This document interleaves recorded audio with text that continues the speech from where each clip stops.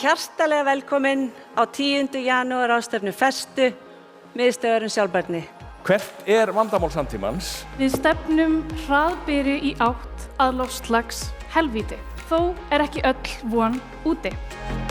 Við höfum þekkinguna og tækin og til að samstilla okkur þurfum við líka viðeigandi leikreglur í löggjöf og þar höfum við líka heilmikið verk að vinna.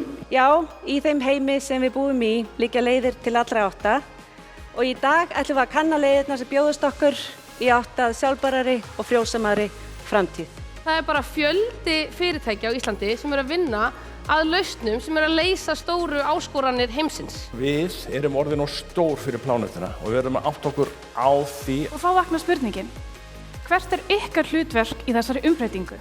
Við verðum að taka ábyrgð á okkar gjörðum. Og þetta miklu stærra og meira heldur en við viljum oft vera að láta.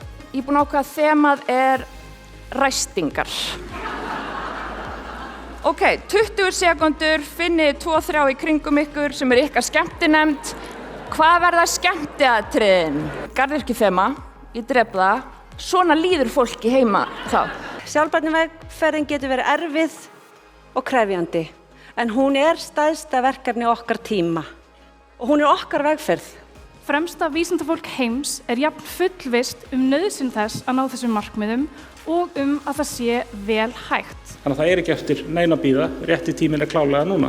Já, það gefur mig pening, vinsælasta spurningin sem stjórnmálamaður fær. Þannig að vandamálið stórt en þetta mun takast. Valið okkar og til alls að vinna. Augu komandi kynslóða hvíla á okkur. Já, dáið allt án drauma og dapur heimurinn, sagði Nóbelsskáldið. Við vitum að það ekki skortur á þekkingu, fjármagni eða tækni sem stendur okkur fyrir þrifum.